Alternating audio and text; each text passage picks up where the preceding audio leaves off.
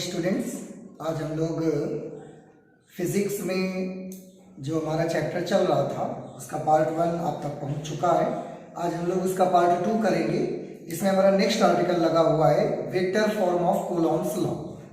तो चलते हैं, देखते हैं vector forms of Coulomb's law में क्या होता है। और सबसे पहली बात तो vector form of Coulomb's law की आवश्यकता ही क्यों पड़ी हमको, फिलहाल पहले हेडिंग कर देते हैं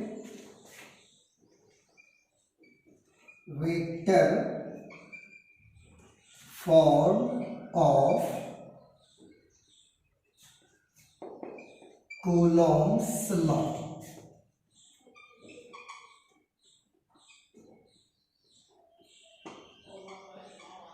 कूलॉम नियम का सदिश रूप।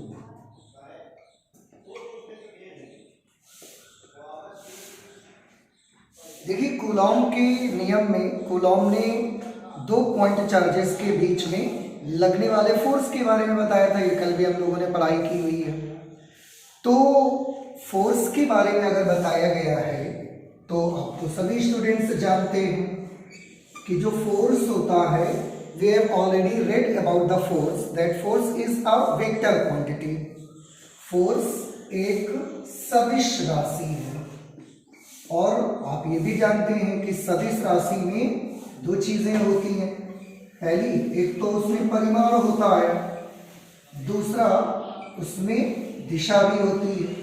अब परिमाण भी है, दिशा भी है, लेकिन जो हम लोग कूलॉम्स लॉ पढ़ा हुआ है उस कूलॉम लॉ में हमें दो बिंदु आवेशों के बीच लगने वाले केवल परिमाण के बारे में तो बताया गया है, लेकिन उसमें उस फॉर्मूले में कहीं भी उस कूलॉम फोर्स की डायरेक्शन क्या होगी ऐसा हमको नहीं दिखा था फॉर्मूले में। आप देख सकते हैं कल जो फॉर्मूला हम लोगों ने पढ़ा पिछली क्लास में, 1/4 pi epsilon nought k Q1 Q2 upon r square, ये फॉर्मूला पढ़ा हुआ है। लेकिन इस फॉर्मूले को देखकर कहीं पर भी हमें ये पता नहीं चलता इसको देख करके कि जो कूलॉम फोर्स है इसकी डायरेक्शन क्या होगी, जबकि फोर्स एक वेक्टर क्वांटिटी है। तो फोर्स अगर एक वेक्टर क्वांटिटी है तो उसमें मैग्नीट्यूड के साथ साथ परिमाण मींस मैग्नीट्यूड और डायरेक्शन, मैग्नीट्यूड के साथ साथ उसमें डायरेक्शन भी होना चाहिए। अब कूलॉम्स लॉ में मैग्नीट्यूड तो हमको दिखाता है कूलॉम का नियम, लेकिन कूलॉम का नियम हमें इस फोर्स की क्या डायरेक्शन होगी ये नहीं दिखाता, जबकि फोर्स एक सदिश राशि है, दोनों चीज होनी चाहिए उसमें। इसलिए हमें जरूरत पड़ी कूलॉम लॉ का वेक्टर फॉर्म बनाने की। अगर हम वेक्टर फॉर्म नहीं बनाएंगे तो हम सिर्फ मैग्नीट्यूड पढ़ते रहेंगे, इस फॉर्मूले में कहीं भी हमको उसकी डायरेक्शन का पता नहीं लगता। So there is a need to study about the vector form of Coulomb's law, जिससे हमें मैग्नीट्यूड के साथ साथ उसकी डायरेक्शन का भी अंदाजा मिल जाए। तो चलते हैं, पढ़ते हैं। तो ये बड़ी अहम चीज है समझना कि क्यों आखिरकार हमको जरूरत पड़ी कूलॉम्स लॉ की वेक्टर फॉर्म को पढ़ने की। अब वेक्टर फॉर्म में सबसे पहले मैं आपको बताना चाहूंगा कि इसमें कुछ सिंबल्स आपको समझने पड़ेंगे, कुछ सिंबल्स आपको डेवलप करने पड़ेंगे। एक्चुअली में उन सिंबल्स का अपना कोई रूल नहीं है, फिलहाल आप खुद उन सिंबल्स को डेवलप कर सकते हैं। उनका कोई रूल नहीं है, उनका कोई नियम नहीं है। एक कॉमन अंडरस्टैंडिंग से कि वो सिंबल हम इस तरह से डेवलप करेंगे कि उसको हम डेवलप करेंगे और आप भी समझेंगे, हम दोनों समझेंगे, तो एक कॉमन लैंग्वेज के तहत वो हम सिंबल डेवलप कर लेंगे। तो देख लेते हैं जरा, जैसे एक चार्ज मैंने यहां रखा और इस चार्ज का क्वांटिटी है Q1, एक चार्ज हमने यहां पर रखा, इस चार्ज की क्वांटिटी है Q2। ठीक है, इन दोनों को मिलाने वाली हमने एक ही लाइन बना दी। एक बड़ी अहम चीज मैं एक बार और आपको बता दूं कि दो बिंदु आवेशों को बीच जो बल लगता है, दो बिंदु आवेशों के बीच में जो भी विद्युत बल लगता है, आपको हमेशा याद रखना है कि दोनों आवेशों को मिलाने वाली रेखा के अनुदिश ही होता है। अनुदिश का मतलब अगर आकर्षण बल है तो एक दूसरे को अपनी ओर खींचेंगे, अगर प्रतिकर्षण बल है तो एक दूसरे को ऐसा पुश करेंगे बाहर की तरफ। लेकिन एक जो सबसे नोटिसिएबल पॉइंट है जो नोट करने लायक पॉइंट है वो आपको याद रखना है कि दो बिंदु आवेशों के बीच लगने वाला विद्युत बल सदैव उन दोनों आवेशों को मिलाने वाली रेखा के अनुदिश ही होता है। मैं लिख देता हूं उसको यहां पर, दो बिंदु आवेशों के बीच लगने वाला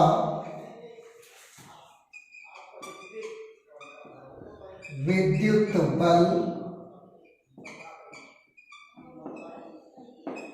उन दोनों आवेशों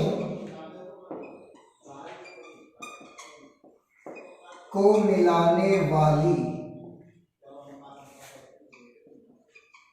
रेखा के ही अनुदिश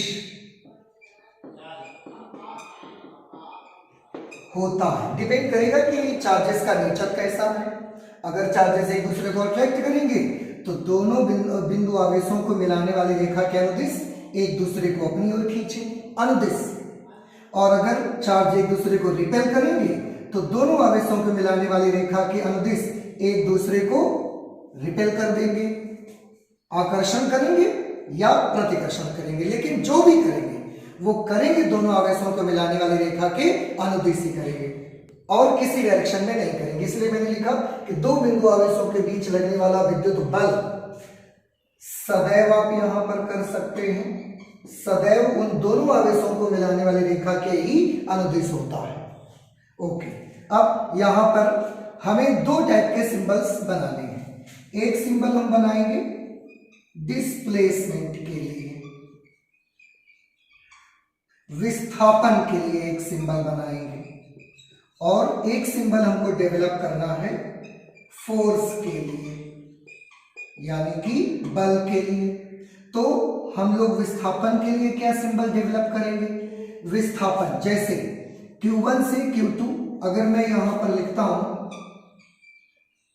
फ्रॉम Q1 टू Q2, तो इसका क्या मतलब है? फ्रॉम Q1 टू Q2, इसका क्या मतलब है? इसका मतलब ये है कि डिस्प्लेसमेंट की जो भी डायरेक्शन है वो Q1 से स्टार्ट होती है, फ्रॉम Q1 की ओर से स्टार्ट होती है, to Q2, towards Q2, to means towards Q2 की ओर, तो Q1 से Q2 की ओर।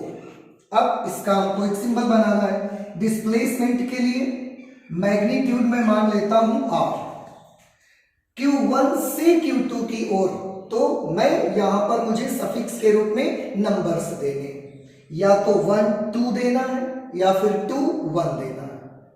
हम वैसे ही अपनी कॉमन अंडरस्टैंडिंग बना लेंगे और उसी तरह से हम इससे आगे बढ़ते चले जाएंगे। तो हम यहां पर जो कॉमन अंडरस्टैंडिंग बनाएंगे तो ऐसे कि जहां से जिस पॉइंट से स्टार्ट होगा उसको हम बाद में रखेंगे, और जिस पॉइंट की ओर ये इंडिकेट करेगा, जिस पॉइंट को ये इंडिकेट करेगा, जिस पॉइंट की तरफ ये इंडिकेट करेगा, उसको हम पहले लिखेंगे। From Q1 towards Q2, Q1 से Q2 की ओर, तो जिसकी ओर है उसे हम पहले कर देंगे, और जहां से स्टार्ट हो रहा है उसे हम बाद में कर देंगे। तो R21, and because this is a vector quantity, so we have a vector here R21, vector R21। फिर से एक बार समझ ले, from Q1 to Q2 means Q1 से स्टार्ट हो रहा है और Q2 की ओर दिशा बता रहा है। इस चित्र में इसकी डायरेक्शन कहां पर होगी, किधर की तरफ होगी? तो from Q1 to Q2, from Q1 to Q2, Q1 से Q2 की ओर, ये डायरेक्शन होगी, ये डायरेक्शन होगी R21 की। और अगर मैं ये यहां पर बोल दूं कि फ्रॉम Q2 टू Q1, तो हम इसका सिंबल कैसे बनाएंगे?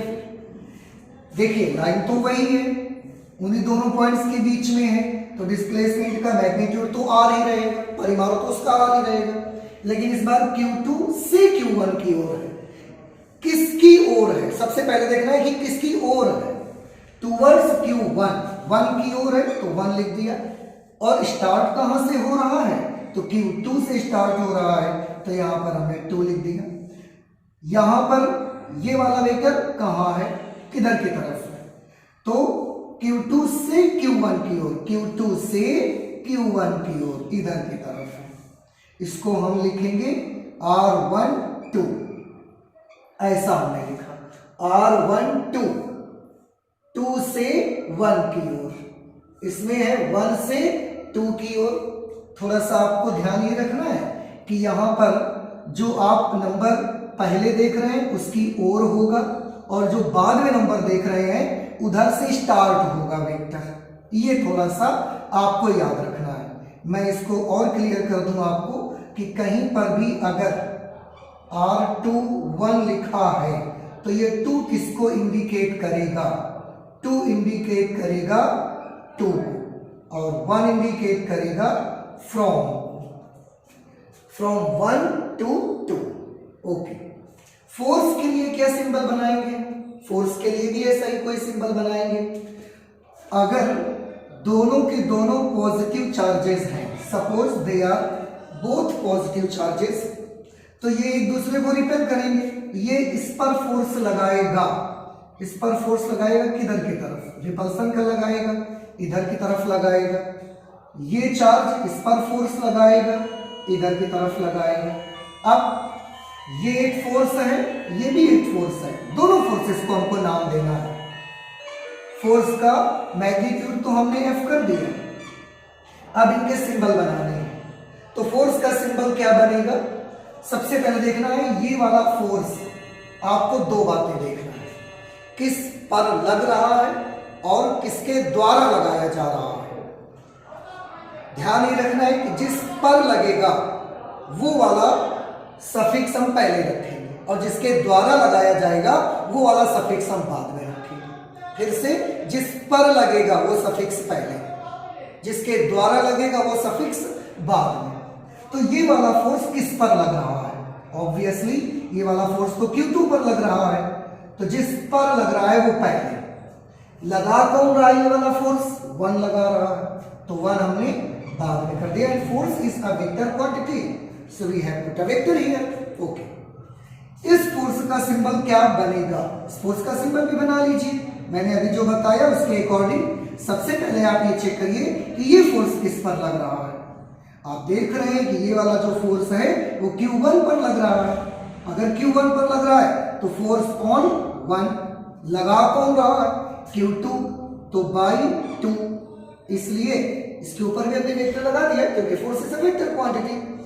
Displacements are also the vector quantities, इसलिए इनके ऊपर भी हमने वेक्टर लगाया है। तो फोर्स के लिए क्या याद रखना है, फोर्स के लिए आपको याद रखना है कि अगर फोर्स का सिंबल हमने ऐसा बनाया है तो ध्यान रहे कि ये 2 ऑन और ये 1 किसके लिए है, बाई।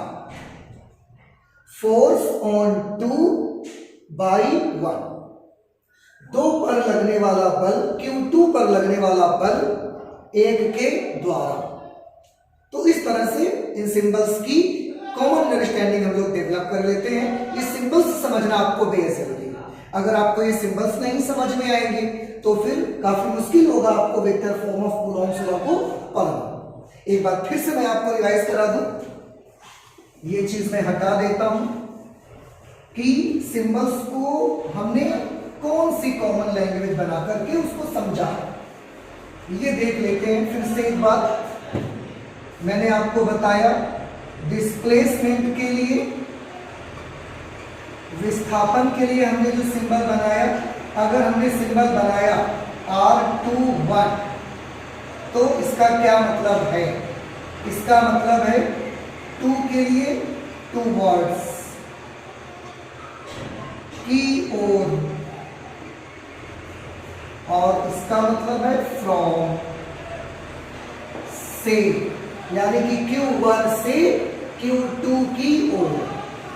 फोर्स के लिए हमने क्या कॉमन अंडरस्टैंडिंग डेवलप की, फोर्स के लिए हमने जो कॉमन अंडरस्टैंडिंग डेवलप की कि अगर हमने फोर्स में 2 1 लिखा हुआ है तो इसका मतलब है, इस 2 का मतलब है ऑन, और इस 1 का मतलब है by, force on 2 by 1, Q2 पर लगने वाला बल Q1 के द्वारा। ये हमने कॉमन अंडरस्टैंडिंग डेवलप कर ली है, एंड आई होप कि अब आपको ये बात समझ में आ गई होगी। अब इसमें से कुछ चीजें और बना लेते हैं। कुछ चीजें और बनाने का मतलब ये है कि जैसे आप देख रहे हैं Q1 से Q2 तक, चाहे हम R21 लिखें चाहे R12 लिखें, दोनों का परिमाण तो सेम ही है। इसलिए यहां पर एक और चीज हम बना लेते हैं, माना R21 और R12 दोनों के मैग्नीट्यूड्स, ये मैग्नीट्यूड्स परिमाण को व्यक्त करते हैं, क्योंकि दोनों Q1 से Q2 तक ही हैं, इसलिए दोनों के परिमाण तो बराबर ही हैं। हम दोनों के परिमाण को मान लेते हैं R मान लेते हैं। ओके, ये भी आपको याद रखना है थोड़ा सा। तो ये जो भी आप सिंबल यूज कर रहे हैं, इनका बहुत अच्छे से स्टडी करो, इनको बहुत अच्छे से ध्यान रखो, तभी आप कूलॉम नियम का सभी स्वरूप स्टडी कर पाएंगे, अदरवाइज आपको थोड़ा मुश्किल पड़ेगा स्टडी करने के लिए। ओके, तो आई होप कि अब आपको ये सारा सिंबल समझ में आया होगा। अब हम आगे चलते हैं। आगे चलते हैं तो थोड़ा सा मैं आपको ये बताना चाहूंगा, जैसे इनके यूनिट वेक्टर्स भी हमको जरूरत पड़ सकती है, तो इनके यूनिट वेक्टर्स अगर हम यूज करेंगे तो यूनिट वेक्टर्स इनके कैसे यूज करेंगे, R21 का यूनिट वेक्टर यूज करने के लिए उसके ऊपर कैप लगा देंगे, R12 का यूनिट वेक्टर यूज करने के लिए उसके ऊपर भी हम कैप लगा देंगे। और अगर इनके मैग्नीट्यूड्स की बात करेंगे, so because they are unit vectors, इसलिए इन दोनों के मैग्नीट्यूड्स 1 होंगे। तो ये यूनिट वेक्टर्स की फॉर्म में अगर हमको जरूरत पड़ेगी तो हम यूज कर लेंगे। ओके, तो अब मैं इसको हटाता हूं और इसमें एक चीज और मुझे आपको समझानी है, वो भी समझ लेते हैं जरा। तो ये चीज मैं हटा देता हूं यहां से। एक और आपको याद करनी है बात, जो कि क्लास 11th में वेक्टर एनालिसिस लेसन में आपको पढ़ाई गई है। क्या पढ़ाई गई है? इकाई सदिश के बारे में याद करिए। किसी का भी यूनिट वेक्टर अगर आपको निकालना होता था तो उसके लिए क्या फॉर्मूला होता है, आप सभी स्टूडेंट्स जानते हैं।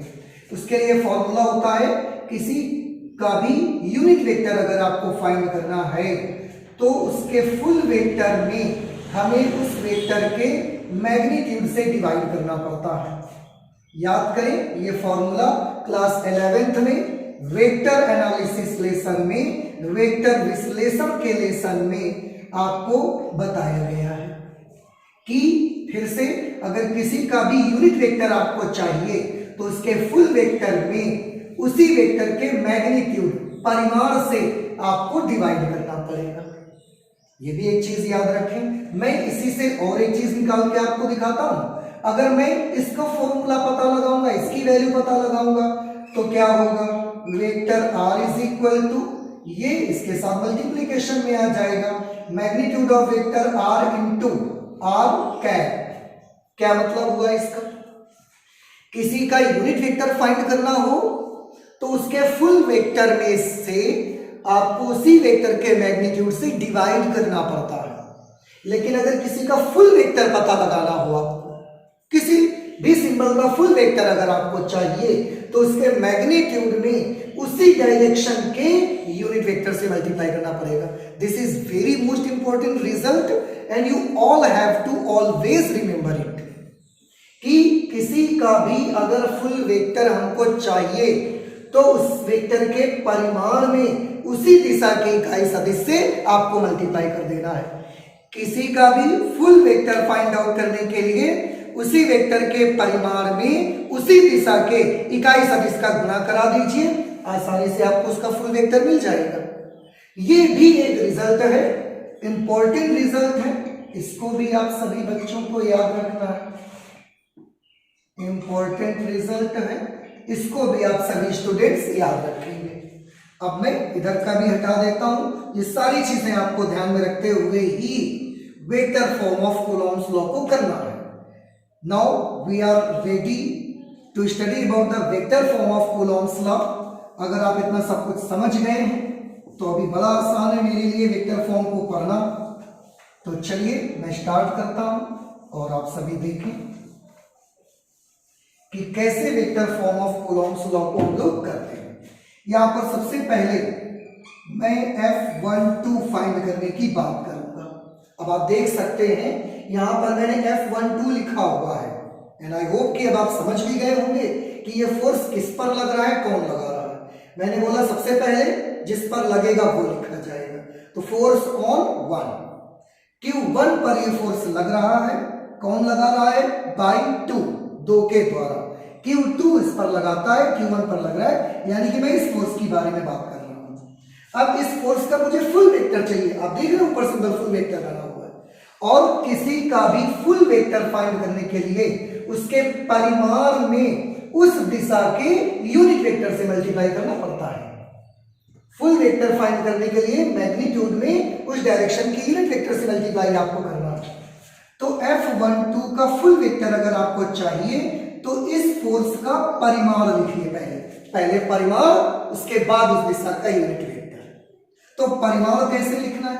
परिमाण दो बिंदु आवेशों के बीच लगने वाले विद्युत बल का परिमाण। ये तो कूलॉम लॉ में हम पढ़ चुके हैं, अभी फिलहाल पढ़ा हुआ है। पिछले लेक्चर में हम लोगों ने कितना मैग्नीट्यूड था? वो मैग्नीट्यूड था 1/4 pi epsilon nought k Q1 into Q2 upon R square, दोनों के बीच की डिस्टेंस का स्क्वेयर। अब दोनों के बीच की डिस्टेंस के स्क्वायर के लिए हम मैग्नीट्यूड ले सकते हैं। तो किसका मैग्नीट्यूड लें? इसमें R12 लें कि R21 लें? तो फोर्स हम 12 ले रहे हैं, इसलिए डिस्प्लेसमेंट के लिए भी हम 12 ही यूज करेंगे, Q2 से Q1 की ओर। तो उसके लिए हमने लगाया R12 वेक्टर मैग्नीट्यूड और उसका क्या कर दिया? स्क्वायर। तो हमने दोनों के बीच का जो डिस्प्लेसमेंट था उसका स्क्वायर कर दिया। मैग्नीट्यूड लगाते ही ये वेक्टर अपनी डायरेक्शन खो देता है। वेक्टर के पास मैग्नीट्यूड और डायरेक्शन दोनों होती है, लेकिन जब भी किसी वेक्टर में आप मैग्नीट्यूड लगा देंगे तो उसमें सिर्फ मैग्नीट्यूड रह जाएगा, डायरेक्शन नहीं रह जाती। स्क्वायर कर दिया इनटू, ये तो हुआ मैग्नीट्यूड। उसके बाद हमें उसी डायरेक्शन का यूनिट वेक्टर चाहिए, उसी डायरेक्शन का 1 2 इधर की तरफ। अब इधर की साइड में F12 आप देखिए इस तरफ है। अब अगर ये 1 2 इस तरफ है तो R12 लिखना चाहिए कि R21 लिखना चाहिए, आप खुद डिसाइड कर सकते हैं। F12 की डायरेक्शन ऐसे है तो हमको R21 की डायरेक्शन तो ऐसे है, तो ये नहीं ले सकते, हम R12 ही ले सकते हैं। और ये यूनिट वेक्टर हमको यूज कर लेना है इस तरह से। ये वैल्यू आ गई F12 की। आप फिर से देखें, F12 फोर्स का फुल वेक्टर चाहिए, परिमाण लिखा और उसी दिशा का हमने यूनिट वेक्टर लिख दिया। बस ऐसे कर दिया। इसके बाद अब अगर हम F21 निकालेंगे तो F21 का क्या होगा? 1/4 पाई एप्सिलॉन नॉट के। फिर से मैं पहले मैग्नीट्यूड लिखूंगा क्योंकि मुझे फोर्स का फुल वेक्टर चाहिए।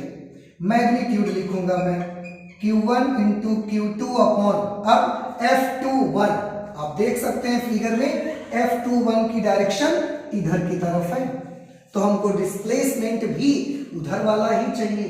अब उधर वाला डिस्प्लेसमेंट R12 है या R21? तो साफ है कि R21 है उधर वाला डिस्प्लेसमेंट।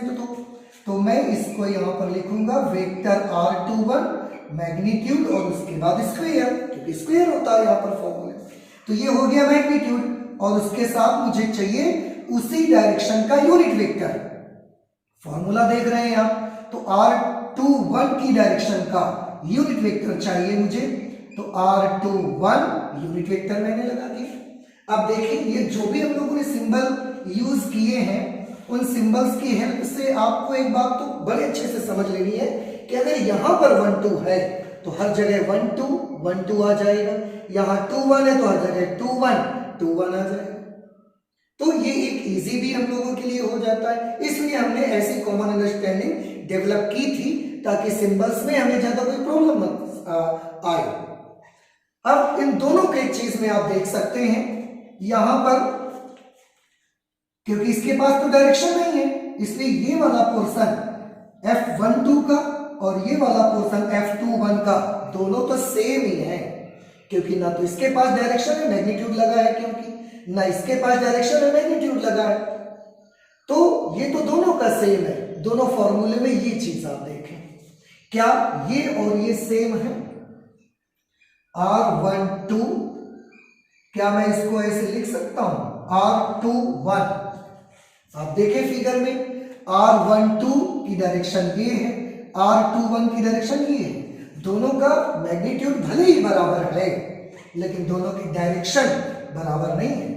अगर मैग्नीट्यूड बराबर है, डायरेक्शन बराबर नहीं है, सो फ्रॉम वेक्टर एनालिसिस आप सभी लोग जानते हैं दे आर ऑपोजिट वेक्टर, विपरीत सदिश है दोनों। अगर विपरीत सदिश हैं तो मैं इनको ऐसे लिख सकता हूं, एक वेक्टर के आगे परिमाण में तो बराबर है लेकिन डायरेक्शन में बराबर नहीं है, इसलिए मुझे एक के सामने माइनस लगाना ही पड़ेगा क्योंकि ये विपरीत सदिश है।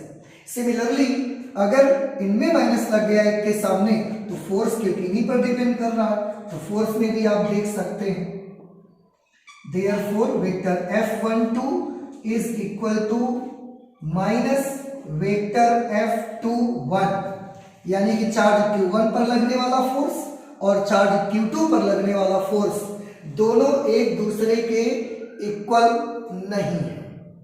आप सोचेंगे मैंने बराबर का निशान लगाया है, उसके बाद भी बोला जा रहा है इक्वल नहीं है।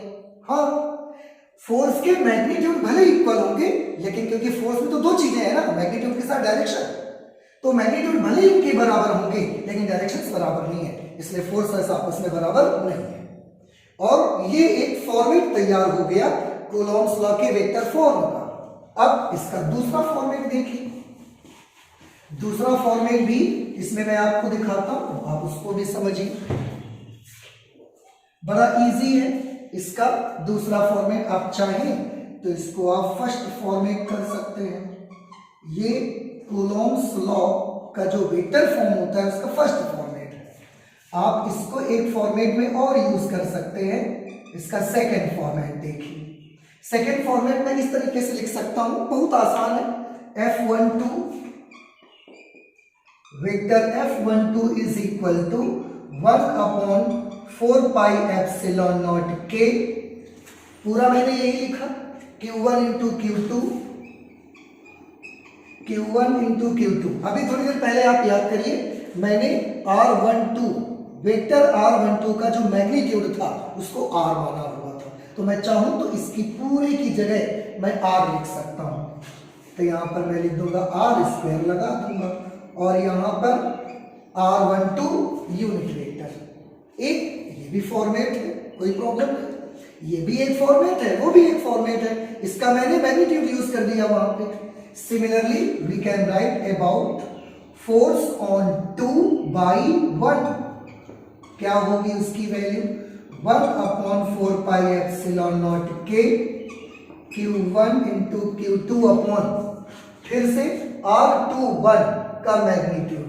आपने अभी थोड़ी देर पहले देखा था कि R21 का मैग्नीट्यूड भी हमने R ही माना था, क्योंकि दोनों Q1 और Q2 के बीच के ही डिस्प्लेसमेंट है, तो इसको भी हम R लिख सकते हैं, उसके ऊपर स्क्वायर लगा दिया और उसके साथ में ये जैसा का तैसा यहां लिखा रहेगा। तो एक कूलॉम्स लॉ का वेक्टर फॉर्मेट ये वाला भी रहेगा। ये कूलॉम नियम का सदिश रूप आप देख रहे हैं। और यहां पर आपने देखा that force F12 in force on first charge by second charge is not exactly equal to force on 2/1। They are equal in magnitude but opposite in direction, इसलिए इनके आगे एक माइनस का साइन यहां पर लगा हुआ है। ये उसका सेकेंड फॉर्मेट है, तो आप इसे अच्छे से तैयार कर लीजिए, ये बहुत इंपॉर्टेंट आर्टिकल है। इसका एक और फॉर्मेट हम लोग देख सकते हैं, थर्ड फॉर्मेट इसका हम देख सकते हैं। तीसरा फॉर्मेट क्या रहेगा? तीसरे फॉर्मेट में ऐसा हो सकता है कि R12 आप देख रहे हैं मैं डिस्प्लेसमेंट के फर्स्ट फॉर्मेट हो, सेकेंड फॉर्मेट हो, दोनों में मैं R12 के यूनिट वेक्टर्स यूज कर रहा हूं। ऐसा भी हो सकता है कि इनके यूनिट वेक्टर्स ना दिए जाएं, हमको इनके कभी कभी क्या हो सकता है कि इनके फुल वेक्टर दिए गए होंगे और मुझे फुल वेक्टर के टर्म्स में ही उसका आंसर देना पड़ेगा। तो तब हम क्या करेंगे, बड़ा इजी है। आप थोड़ा गौर करें कि अभी अभी मैंने थोड़ी देर पहले आपको बताया कि किसी का भी यूनिट वेक्टर की अगर वैल्यू आपको निकालनी है तो उसका फुल वेक्टर लीजिए और उसके फुल वेक्टर में उसी के मैग्नीट्यूड से आप डिवाइड कर दीजिए। तो यूनिट वेक्टर के लिए full vector upon magnitude of that vector, बड़ा इजी है। यहां पर यूनिट वेक्टर है तो मैं इसको फुल वेक्टर में कन्वर्ट करना चाहता हूं, आप भी कर सकते हैं तो कर लेते हैं। Vector F12 is equal to 1/4πε0k Q1 into Q2 upon R² into R12। Unit vector R12 है। यूनिट वेक्टर को कैसे हम चेंज करेंगे, उसका फुल वेक्टर लिखें। तो ये यूनिट वेक्टर इसको चेंज करना चाहते हैं तो पहले इसका फुल वेक्टर लिखेंगे हम। फुल वेक्टर मैंने लिख दिया R12 का, अपॉन में उसी वेक्टर का मैग्नीट्यूड लिख देना है, उसी वेक्टर का मैग्नीट्यूड लिख देना है। एक ये भी फॉर्मेट है। आप फिर से देख सकते हैं R12 का मैग्नीट्यूड थोड़ी देर पहले मैंने R माना था, तो अगर मैं इसकी जगह भी R लिख दूंगा तो ये R और ये R² मिल करके क्या बना लेंगे, F12 की वैल्यू हो जाएगी 1/4πε0k Q1 into Q2 upon R² into R³ हो जाएगा इंटू R12 वेक्टर R12।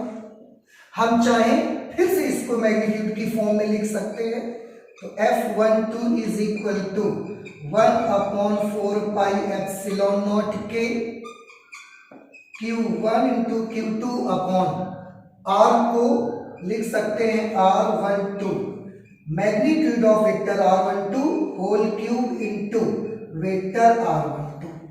ये भी एक फॉर्मेट है। आप देख सकते हैं इकाई सदिश यूनिट वेक्टर की जगह full vector upon magnitude. Full vector लिखा रहा, मैग्नीट्यूड क्योंकि इसका R माना था तो R इंटू R² R³ हो गया। अब इस मैग्नीट्यूड की जगह हमने फिर सिंबलाइज कर दिया, इसको ऐसे लिख दिया। इसी तरह से थर्ड फॉर्मेट में हमने अभी F12 केवल निकाला है, अब हम F21 भी आपको निकाल के दिखा सकते हैं। अब मैं इसको यहां से इरेज कर देता हूं। तो थर्ड फॉर्मेट में आप F21 देख लीजिए कि F21 की वैल्यू थर्ड फॉर्मेट में क्या आएगी। थर्ड फॉर्मेट चल रहा है आपका और उसमें F21 सेम बिल्कुल process 1/4πε0k into Q1 into Q2 upon R² into R21 unit vector की जगह R21 का full vector upon vector R21 का मैग्नीट्यूड। या हम इसको ऐसा भी कर सकते हैं, vector F21 is equal to 1/4πε0k Q1 into Q2 R21 का मैग्नीट्यूड R के बराबर है तो R इंटू R² R³ हो गया इंटू वेक्टर R21 लिखा रहने देंगे ऐसे ही। तीसरी इसकी लाइन अगर मैं बनाऊं तो मैं ये बना सकता हूं, इस R को फिर से मैं वेक्टर फॉर्म में लिख सकता हूं। तो 1/4πε0k Q1 into Q2 upon mod of vector R21 cube into vector R21।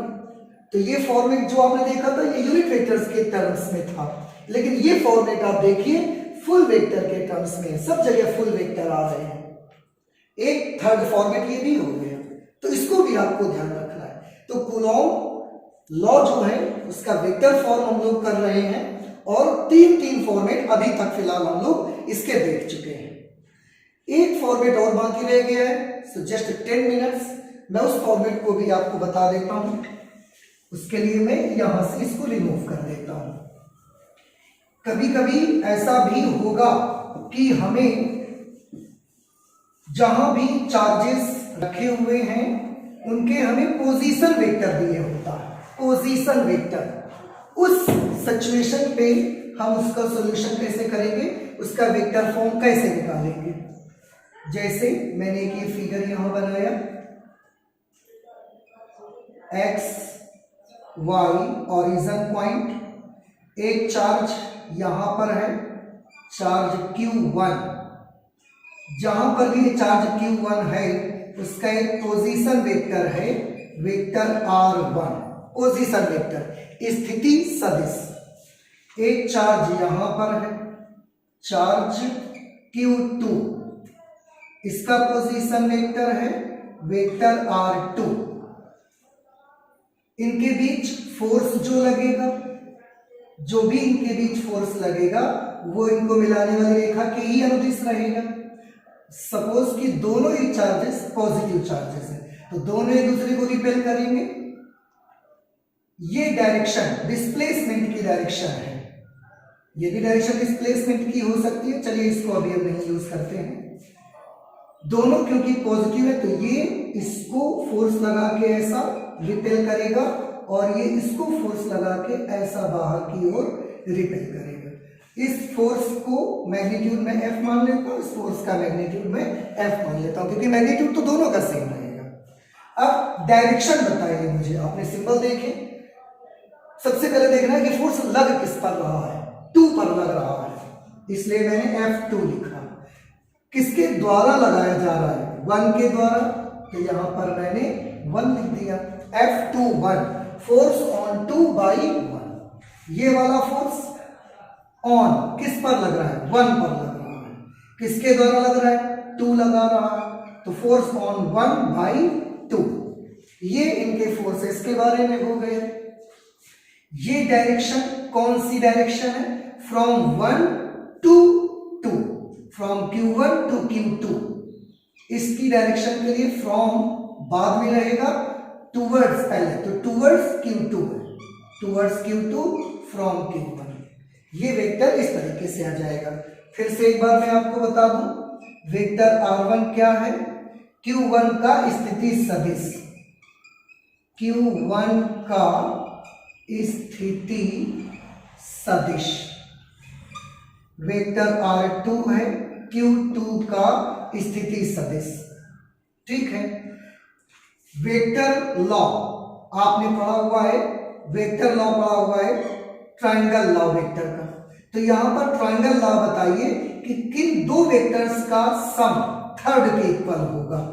बड़ा इजी है, vector R1 plus vector R21 is equal to vector R2। Triangle law याद करिए, vector R1 plus vector R21 is equal to vector R2।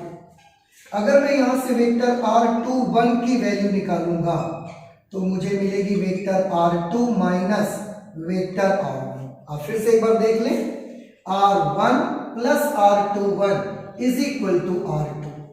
आप याद करिए, सदिशों के योग का त्रिभुज नियम हमने लगाया यहां पे, vector R1 plus vector R21 is equal to vector R2, then the value of vector R21 will be equal to R2 minus R1। Similarly इसी तरह से अगर मैं आपसे पूछूं कि वेक्टर R12 की वैल्यू क्या होगी, R21 में 2 माइनस 1 आया, 21 में 2 माइनस 1 आया, तो 12 में सिंपल सी चीज है, R1 माइनस R2 आ जाएगा। और इस तरह से भी जब हमें Q1 जहां पर रखा है उस बिंदु का स्थिति सदिश R1, जिस जगह Q2 रखा है उसका स्थिति सदिश R2 दिया जाएगा, तब हम वेक्टर फॉर्म कैसे उसकी बनाएंगे। चलिए इसको भी देख लेते हैं कि उस समय वेक्टर फॉर्म कैसे बनेगा। बहुत सिंपल है, आप देखिए जैसा हमने पिछला बनाया वैसे ही यहां पर बना सकते हैं। सबसे पहले मैं फाइंड आउट करना चाहूंगा F12। F12 मुझे निकालना है, अभी आपने समझा हुआ है। सबसे पहले अगर फोर्स का फुल वेक्टर चाहिए तो उसका मैग्नीट्यूड पहले निकालना है, 1/4 pi epsilon nought k Q1 into Q2 upon F12 किस डायरेक्शन में है, F12 इस डायरेक्शन में है, तो मुझे R12 लेना चाहिए। तो मैंने यहां लिया वेक्टर R12 मैग्नीट्यूड और स्क्वायर लगाएंगे, तो ये तो हो गया मैग्नीट्यूड परिमाण। उसके साथ मुझे इकाई सदिश यहां पर लिखना पड़ेगा, परिमाण के साथ इकाई सदिश लिखते हैं। तो इकाई सदिश में 1 2 का ही इकाई सदिश चाहिए, R12 यूनिट वेक्टर। या तो आप इसको ऐसा कर लीजिए, फुल फॉर्म में आप यूज कर लीजिए, फुल वेक्टर के फॉर्म में।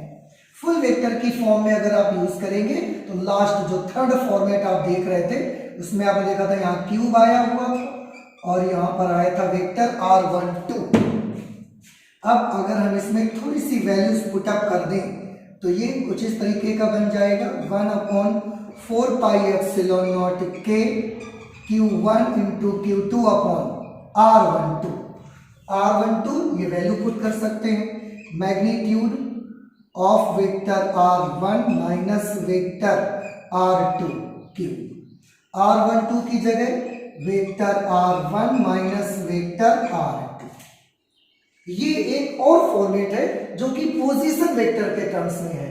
R1 है Q1 का स्थिति सदिश, R2 है Q2 का स्थिति सदिश। एक ये भी फॉर्मेट आप देखिए। अब हम फोर्स ऑन 2/1 भी कैलकुलेट कर सकते हैं। इसका फॉर्मेट थर्ड से याद करिए आप, जो फॉर्मेट थर्ड में हमने बताया था आपको, 1/4 pi epsilon nought k Q1 into Q2 upon vector R21, magnitude of vector R21 whole cube into vector R21 full vector के टर्म्स में।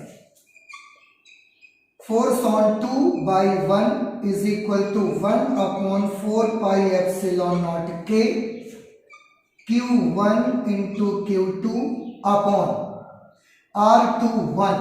You know R21, magnitude of vector R2 minus vector R1 whole cube. R21 again we can write vector R2 minus vector R1। So this is the fourth format. You can understand कि जब Q1 और Q2 के position vectors दे दिए जाएंगे, उनके स्थिति सदिश दे दिए जाएंगे, उस समय F1 का फॉर्मेट ये बन जाएगा और उस समय F2 का फॉर्मेट ऐसा बन के आ जाएगा। तो ये एक और फॉर्मेट है जो कि Q1 और Q2 के स्थिति सदिश के पदों में रहा। और यहां सब जगह आपको एक ही चीज जो सबसे इंपॉर्टेंट है वो ये है कि आपको उसका सिंबल याद रखना है। उनके जो सिंबल्स यहां पर हमने बनाए थे वो बेहद जरूरी है, आपको बहुत अच्छे से याद रखना है। एक बार मैं फिर से आपको याद दिला दूं चलते चलते कि अगर एक चार्ज यहां पर है Q1, एक चार्ज यहां पर है Q2, एक चार्ज यहां पर है Q3, ये प्लस ये माइनस है और ये प्लस, तो क्या आप मुझे बताएंगे कि इस पर किस तरफ फोर्स लगाएगा Q1? नेगेटिव चार्ज है, अट्रैक्ट करेगा। अगर अट्रैक्ट करेगा तो ये फोर्स किस पर लग रहा है? सोचिए, ये फोर्स लग रहा है 3 पर, तो जिस पर लगेगा वो पहले लगा कौन रहा है 1, तो ये बाद में इसके ऊपर एक वेक्टर बिठा दिया। तो ये वाला जो ये वाला फोर्स लगा ये F31 इसका सिंबल है। और देखिए ये भी पॉजिटिव ये भी पॉजिटिव, इसलिए ये रिपेल करेगा इसको। इस फोर्स का नाम बताइए, सोचिए थोड़ा सा, किस पर लगा? लगा तो Q2 पर, लगाया किसने? 1 में।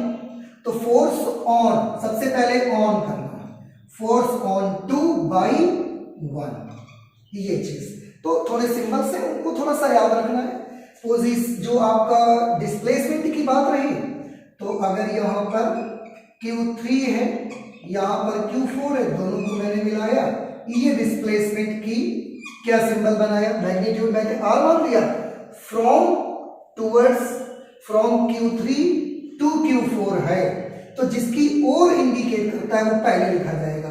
किसकी ओर? ये तीर लगा हुआ है 4 की तरफ, तो 4 पहले, किधर से स्टार्ट हुआ है? 3 से, 3 बाद में, ये डायरेक्शन R4 3 हो गई।